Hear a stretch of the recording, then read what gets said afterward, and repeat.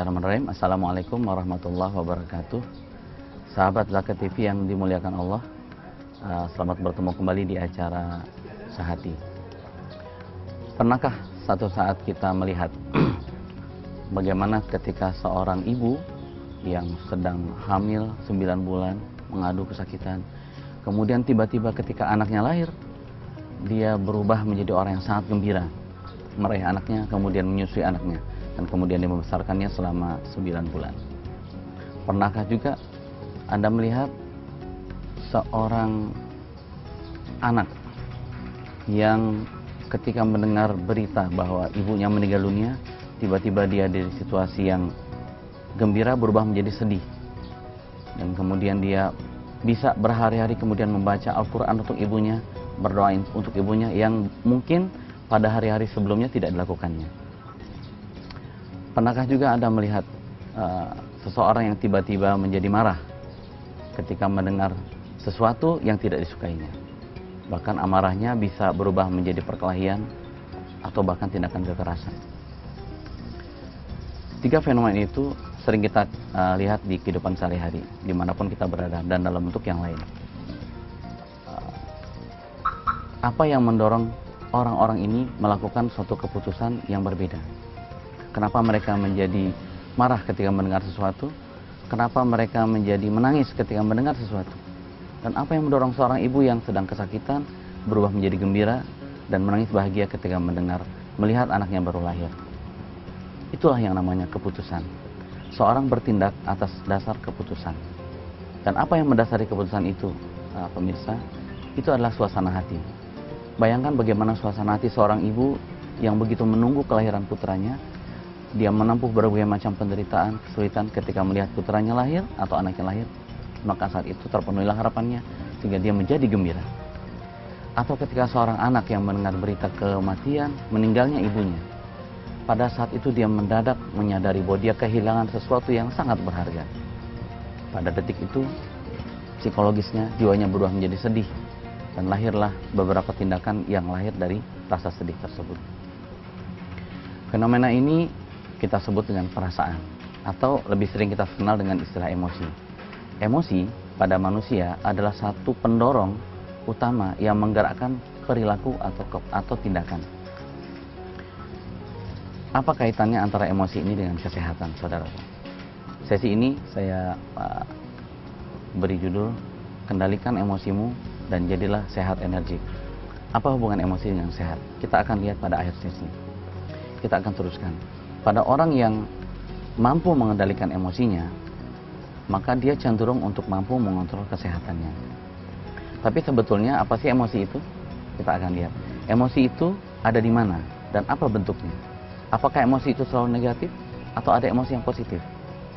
Saudara sekalian, untuk menjawab pertanyaan itu kita mesti memahami cara kerja pikiran kita. Bagaimana manusia itu berpikir? Manusia dikarunia Allah akal, pikiran. Dan manusia juga dikarunia Allah dengan emosi atau perasaan. Dua-duanya merupakan faktor pendorong dari tindakan. Pikiran, kita mesti ketahui pikiran terdiri atas 2 bagian, yaitu pikiran sadar dan pikiran bawah sadar. Apa itu pikiran sadar? Pikiran sadar adalah pikiran yang berfungsi 4. Dia mengidentifikasi informasi, dia bandingkan dengan informasi yang dia miliki, kemudian dianalisa, lalu dibuatlah sebuah keputusan. Tapi pikiran sadar hanya 1/8 dari pikiran kita. Yang 7/8 lagi adalah pikiran bawah sadar. Apa itu pikiran bawah sadar? Pikiran bawah sadar ini adalah tempatnya memori atau ingatan. Semua peristiwa yang dialami manusia sejak lahir sampai dewasa, sampai saat ini, terekam dalam memori yang terpendam di pikiran bawah sadar. Di situ juga ada letaknya kreativitas. Kreativitas muncul dari alam bawah sadar, yang merupakan kumulasi dari peristiwa yang dialami oleh manusia. Tetapi yang paling penting, di pikiran bawah sadar ini ada terletak yang namanya emosi, persepsi. Kemudian di situ letaknya kebiasaan-kebiasaan manusia, dan di situ juga letaknya karakter. Mari kita lihat pada sisi persepsi. Bagaimana cara kita mempersepsi sesuatu? Ketika kita melihat sebuah informasi atau mendengar sebuah informasi, maka yang terjadi adalah informasi itu diberi filter oleh pikiran kita. Dan dia masuk ke dalam pikiran kita, terjadilah persepsi. Masalahnya adalah ketika melewati filter pikiran, terjadilah dua proses, yaitu distorsi dan generalisasi. Nah, itu tidak akan kita bahas di sini, tapi dua proses ini akan menyebabkan apa yang kita persepsi boleh jadi tidak selalu sama dengan apa yang terjadi sesungguhnya. Itulah yang disebut persepsi. Sehingga pada saat itu kita cenderung mempersepsi sesuai dengan apa yang ada di pikiran kita. Saudara sekalian, bisa dibayangkan bagaimana ketika informasi itu datang dengan persepsi yang berbeda, maka hasilnya akan berbeda. Saudara sekalian, pikiran adalah salah satu dari kekuatan dan kelebihan yang Allah anugerahkan pada manusia. Seorang ulama pernah mengatakan yang artinya kira-kira seperti ini. Hendaklah kalian jangan melawan sunnatullah, karena kalian pasti akan dikalahkan. Akan tetapi pahamilah sunnatullah itu, belokkan arusnya, manfaatkan yang satu dengan menggunakan yang lain, maka kesuksesan akan jadi milikmu. Nah, dalam pikiran saya, salah satu sunnatullah atau kekuatan alam yang ada adalah pikiran manusia. Dan salah satu komponen pikiran manusia yang terpenting adalah kekuatan emosi dan pikiran. Saudara sekalian, ketika emosi yang besar 7/8 dibandingkan dengan kekuatan logis yang 1/8, maka ketika emosi ini dominan, maka emosi cenderung menguasai pikiran logis kita. Ketika seseorang begitu lapar, logisnya dia makan. Tetapi ketika hatinya menjadi sedih, boleh jadi dia kehilangan rasa laparnya. Ketika seorang luka, kakinya misalnya, dia sangat sakit dan tidak kuat berjalan. Tetapi ketika ada bahaya di belakangnya, maka dia boleh jadi berlari kencang, mengabaikan rasa sakitnya, karena didorong oleh emosi takut. Itulah kekuatan emosi. Dan sebaliknya juga bisa. Ketika seorang anak ngantuk, tapi dia harus belajar untuk memperoleh nilai yang baik. Jika nilai yang baik itu merupakan nilai yang tinggi baginya, maka emosi keberanian, kekuatan, dan ingin membahagiakan orang tuanya itu akan mengalahkan rasa kantuknya. Disinilah letak kekuatan emosi dibanding kekuatan pikiran. Nah, di sini kita sudah memahami sedikit tentang bagaimana emosi itu terbentuk dan apa pengaruhnya. Kita akan mulai masuk kepada hal apa saja sih emosi yang positif dan emosi yang negatif. Kita akan lihat satu persatu. Emosi negatif, kita akan lihat satu contohnya. Pertama, marah. Marah itu terjadi, ketika marah terjadi, apa yang sebenarnya terjadi dalam pikiran kita? Kita mesti memahami bahwa emosi adalah satu peringatan dini dari pikiran kita bahwa ada sesuatu yang harus kita perhatikan, bahwa ada sesuatu yang lupa kita perhatikan, sehingga dia mengeluarkan dalam bentuk emosi. Contoh kata marah. Ketika marah terjadi, yang terjadi sebenarnya adalah sesuatu nilai yang kita anggap penting itu dilanggar. Baik pemirsa, kita akan lihat apa detailnya sesudah yang satu ini.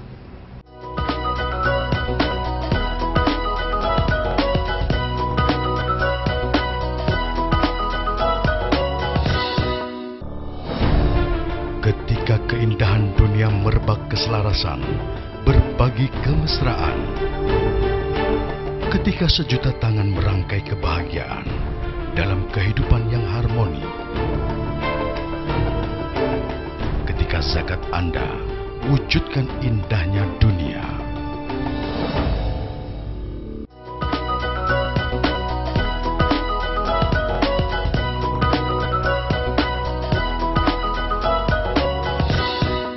Assalamualaikum warahmatullahi wabarakatuh. Pemirsa Zakat TV yang dimuliakan Allah, kita bertemu kembali.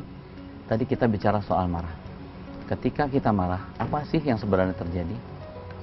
Marah adalah sebuah tanda bagi kita bahwa ada serangkaian nilai yang kita yakini tapi dilanggar. Dilanggarnya bisa oleh kita sendiri, bisa oleh orang lain, atau bisa oleh keadaan. Pelanggaran nilai ini menyebabkan kita bereaksi sehingga kita marah. Misalnya, buat kita bersuara keras, memanggil kita dengan suara keras, itu tidak boleh. Ketika ada seseorang yang memanggil kita dengan suara keras, mendadak kita timbul rasa marah. Padahal boleh jadi orang tersebut memang suaranya keras. Nah, ketika kita mengalami emosi marah, hendaklah kita tidak langsung bereaksi. Marah boleh, tapi reaksi marahnya kita tahan. Kenapa? Karena boleh jadi nilai yang kita pegang tidak selalu benar. Misalnya, Boleh jadi orang yang bersuara keras itu tidak bermaksud mengasari kita. Mungkin memang suaranya keras. Atau boleh jadi karena letaknya jauh, dia berusaha agar suaranya terdengar sehingga dia memanggil dengan suara keras. Itu contoh dari emosi marah. Dan emosi marah ini sangat sering mengganggu kita. Bayangkan ketika kita berangkat kerja pagi hari, tiba-tiba ada orang yang mengganggu kita. Misalnya ketika Anda membawa kendaraan bermotor, tiba-tiba ada motor lain yang menyalip Anda, dan Anda marah karena merasa orang tidak boleh menyalip di depan motor Anda. Langsung emosi dan mood kita berubah. Sampai di kantor, Anda ngomel-ngomel. Padahal orang yang menyalip Anda sudah entah kemana perginya. Dan terbawa pada perasaan nggak enggan bekerja, tidak semangat, nggak mudi. Ketika ada atasan datang, ngomel-ngomel. Ketika ada bawahan datang, ada omeli. Padahal peristiwa pemicunya hanya sedikit. Benarlah sabda Rasulullah ketika diminta nasihat oleh seorang sahabat, beliau menjawab dengan la taghdab, jangan marah.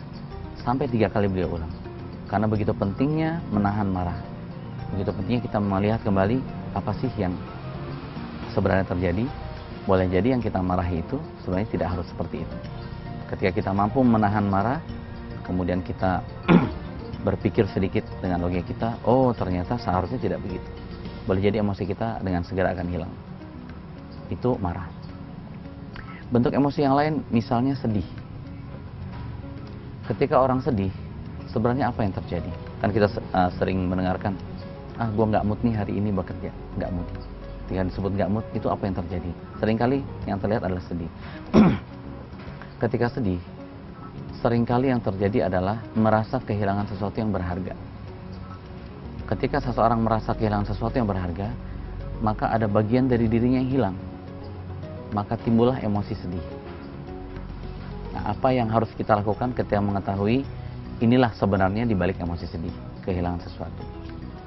Bagi seorang muslim, segala sesuatu adalah milik Allah.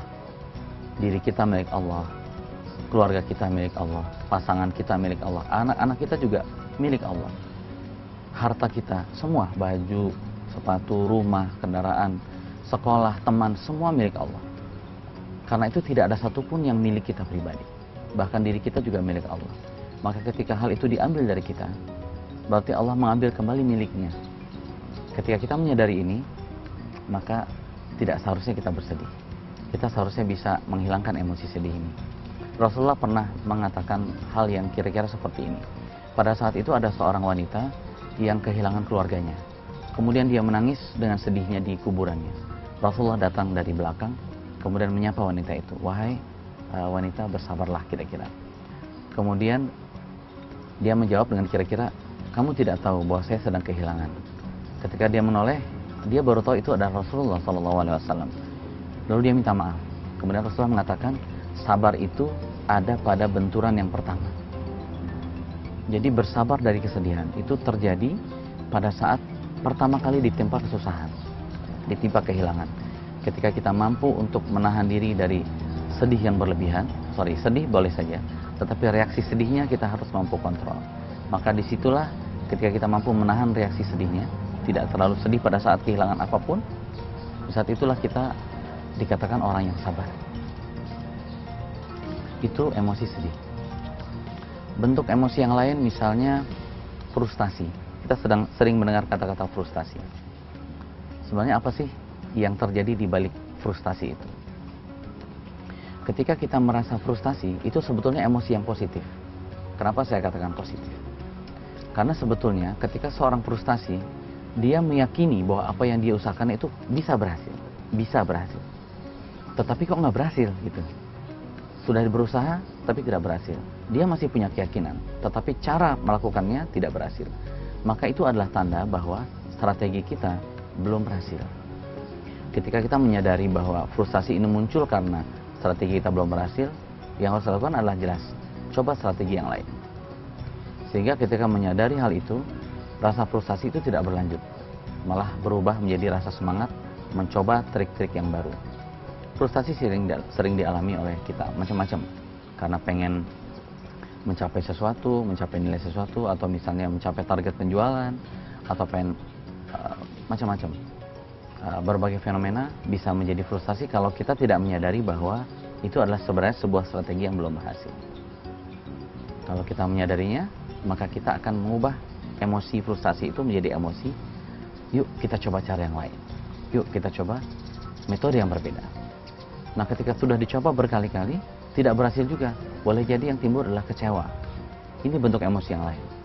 Dan ketika seorang itu kecewa, maka kecewaan itu bisa meruntuhkan semua energinya. Seorang yang kecewa cenderung merasa down di berbagai aspeknya. Nah, ketika itu terjadi, sadarilah bahwa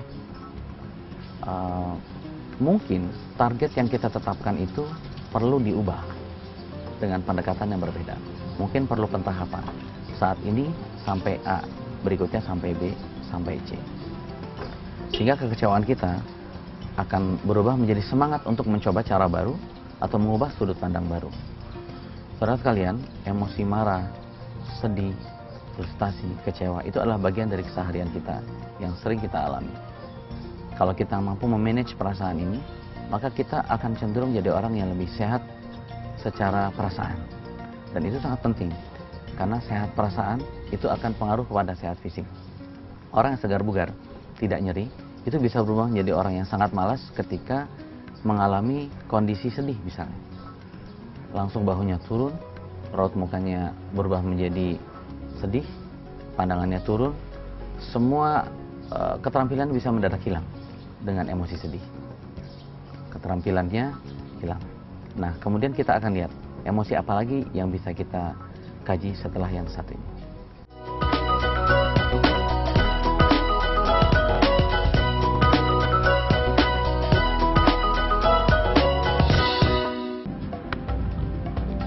Semangat kemenangan harus berasal dari sportivitas yang datang dari hati. Saya Bawang Pamungkas, saya zakat di Dompet Duafa. Keluarga adalah sumber inspirasi saya. Kehangatannya datang dari hati. Saya Inneke Kusharawati, saya zakat Dompet Duafa. Berbagi memudahkan rezeki, karena datang dari hati. Saya Ipo Santosa, zakat di Dompet Duafa. Dompet Duafa.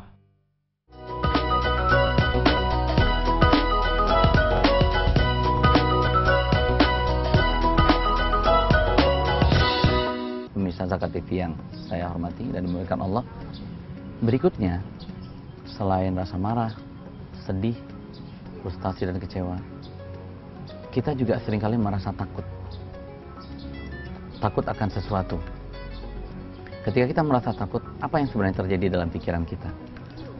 Takut muncul ketika kita merasa tidak siap menghadapi sesuatu yang akan terjadi. Takut muncul ketika kita merasa kurang prepare terhadap sesuatu. Kalau prepare biasanya tidak muncul takut. Tapi kalau tidak prepare, maka muncul rasa takut. Sebenarnya rasa takut juga emosi yang positif. Artinya kita menyadari apa yang akan datang dan kita menyadari bahwa kita kurang persiapan. Responnya bagaimana? Responnya harusnya bukannya mundur, tetapi yuk kita siapkan apa yang harus kita siapkan. Itu respon positif.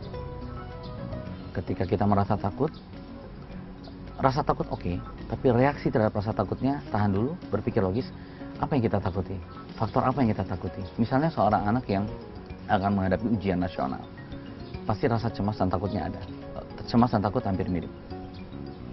Ketika dibawa terus perasaannya, maka cemas itu akan menyebabkan dia mungkin tidak mau belajar, kemudian nggak mampu belajar walaupun udah baca buku nggak hafal-hafal, nggak mau makan dan lain-lain.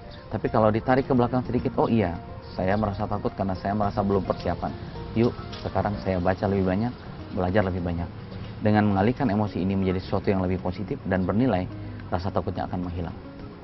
Saudara sekalian, dalam Al-Quran ada dua emosi yang disebutkan oleh Allah yang merupakan lawan dari keimanan. Emosi itu adalah rasa takut dan rasa sedih. Kenapa dua ini disebutkan? Ketika seseorang merasa takut dan sedih, maka efek yang timbul darinya adalah rasa tidak berdaya. Karena itu Rasulullah mengajarkan doa, Allahumma inna na'udzubika minal hammi wal hazan. Ya Allah, lindungilah aku dari rasa sedih dan gundah gulana. Gundah gulana karena rasa takut. Wa na'udzubika minal ajzi wal kasal. Dan aku berlindung dari rasa tidak berdaya dan rasa malas. Karena efek logis dari rasa takut dan sedih itu rasa tidak berdaya. Dan ketika orang merasa tidak berdaya, dia malas bergerak. Lalu dua-duanya ini adalah lawan dari amal. Ketika kita tidak takut, ketika kita tidak sedih, maka amal akan berlangsung dengan begitu baiknya. Tapi ketika orang merasa takut atau sedih, amal-amal sehari-harinya boleh jadi berkurang. Apa yang biasa dilakukan menghilang. Biasa baca Quran, malas baca Quran. Biasa sholat, tepat waktu dilambat-lambatkan karena rasa sedih atau karena merasa aduh tidak adil, nasib tidak berpihak pada saya. Padahal bukan itu. Allah tidak menurunkan cobaan kepada manusia melainkan karena dua hal. Satu, karena Allah menyayanginya, itu sebagai cobaan dan meningkatkan keimanannya ketika dia bersabar, atau sebagai ujian baginya yang meningkatkan keimanannya ketika dia berhasil, atau sebagai penghapus dosa ketika dia beristighfar. Saudara sekalian, itulah 5 emosi yang sering kita alami dalam kehidupan sehari-hari yang setelah kita gali tadi, ternyata emosi ini merupakan satu peringatan dari pikiran kita ada sesuatu yang wrong, something wrong, dan harus kita perbaiki. Ketika kita menyadarinya dan mampu memberikan jeda antara timbulnya emosi dengan responnya, lalu berpikir apa yang terjadi dan apa yang harus saya lakukan, di titik itulah perbedaan antara orang yang sehat jiwa dan tidak sehat jiwa. Sorry, saya tidak mengatakan sakit jiwa, tapi sehat jiwa. Karena sebetulnya ketika kita mampu mengolah perasaan kita, insya Allah badan kita akan mengikuti. Bayangkan bagaimana kekuatan seorang ibu yang memiliki 4 orang anak harus bekerja sepanjang hari menjadi kuli cuci, siangnya kuli setrika, malamnya mungkin dia yang lain-lain, membantu rumah tangga. Dia mengusahakan itu bukan untuk dirinya, padahal kalau dipikir-pikir apa yang dia kerjakan itu sangat berat. Mungkin dia luka, mungkin dia capek, tapi dia kerjakan itu untuk anak-anaknya. Itu adalah emosi positif, sesuatu yang dia lakukan karena rasa kasih sayang. Lebih bagus lagi karena memang itu kewajiban dari Allah bagi dia untuk membesarkan anak-anaknya, sehingga rasa takut, rasa sakit, rasa malu diabaikan, tapi dengan alasan yang baik. Nah, karena itu sekarang kita akan lihat apa sih emosi-emosi yang sifatnya positif. Kalau tadi yang negatif, sekarang sifatnya positif. Satu yang kita catat adalah berani. Berani artinya kita mampu review apa yang ada di depan kita, kita mampu mengukur kemampuan kita, lalu kita maju kepada sesuatu yang belum pasti, tetapi kita meyakini bahwa Allah bersama kita, bersama orang-orang yang berusaha. Wa qul i'malu fasayarallahu amalahu wa rasuluhu wal mu'minun. Maka beramallah kalian, maka Allah, Rasul dan orang-orang mukmin akan menyaksikan. Ini adalah ayat Al-Quran dalam surat At-Taubah yang menganjurkan kita untuk beramal. Beramal sebanyak-banyaknya, maka Allah akan menyaksikan. Dalam ayat lain dikatakan, bertakwalah kalian, maka Allah akan ajarkan kalian apa yang tidak kalian ketahui. Itu adalah emosi keberanian. Ketika seorang berani, maka dia akan menerjuni sesuatu yang belum pasti di depannya dia, dengan keyakinan bahwa Allah akan menolongnya. Tentunya berani untuk hal-hal yang positif, hal-hal yang benar, hal-hal yang diperintahkan oleh Allah, hal-hal yang memang harus dilakukan sebagai hamba Allah. Itu keberanian. Kemudian yang kedua, selain berani juga rasa percaya diri. Mirip dengan berani, tapi percaya diri lebih kepada mengetahui apa kemampuan kita, sampai sejauh mana kadar kemampuan diri kita dalam berbagai hal. Ketika seorang percaya diri, maka dia cenderung akan merasa nyaman dimanapun dia berada, merasa nyaman dengan siapapun dia bertemu, dan merasa nyaman pada kondisi apapun yang terjadi. Sebenarnya bagi seorang muslim, rasa percaya diri adalah buah langsung dari keimanan. Karena seorang beriman itu, dia pasti akan merasakan ketenangan yang membuahkan rasa percaya diri. Allah juga mengatakan demikian dalam Al-Quran, ala bizikrillah tatmainnul qulub. Maka hanya dengan zikrullah, mengingat Allah lah, hati kamu menjadi tenang. Orang yang percaya diri, hatinya pasti tenang, karena dia percaya bahwa dia bersama Allah dalam kondisi apapun. Nah, hal ini bisa kita terapkan, saudara-saudara sekalian, ketika kita merasa takut yang tadi, ketika kita merasa sedih, ketika kita merasa frustasi, maka ingatlah bahwa kita tidak sendirian. Bahwa ketika kita berusaha beramal, mengikuti apa yang Allah perintahkan, pada saat itu juga kita yakin bahwa Allah bersama kita, mengiringi kita, langkah-langkah kita. Kalaupun pada saat itu kita diberikan kesulitan, kita diberikan cobaan, rintangan, halangan, maka maknanya ada 3 yang tadi. 1, itu merupakan ujian agar kita menjadi seorang yang lebih tangguh, orang yang lebih kuat mental dan jiwanya, dan demikian mendapatkan kasih sayang Allah. Yang kedua, merupakan ujian mental bagi kita. Yang ketiga, merupakan penghapus dosa, karena tidak ada ujian ataupun rasa sakit yang diderita seorang muslim yang kemudian dia syukuri hal itu dan dia bersabar atasnya, pasti menjadi penghapus dosa, walaupun cuma tertusuk duri sekalipun. Itulah percaya diri dan keberanian. Selain itu ada juga rasa kasih sayang. Rasa kasih sayang adalah bagian dari sifat Allah, Ar-Rahman, Ar-Rahim. Rasulullah sangat menganjurkan umatnya untuk memiliki rasa kasih sayang atau kelemah lembutan. Rasulullah mengatakan tidak ada keburukan pada sesuatu yang dihiasi dengan kelemah lembutan dalam sebuah hadis. Dan itu berlaku dalam hal apapun, dalam hal bicara, dalam hal bekerja, bahkan dalam hal memutuskan sesuatu, bahkan dalam hal memutuskan perkara pengadilan. Di situ harus ada kasih sayang dan kelembutan. Kenapa? Karena esensi dari hukuman adalah menimbulkan efek jerak bagi pelakunya. Nah, ketika kita misalnya pada kondisi sesuatu, kita melihat ada orang yang bersalah pada kita, kemudian kita ingin memberikan punishment dan lain-lain, maka dahulukanlah rasa kasih sayang itu.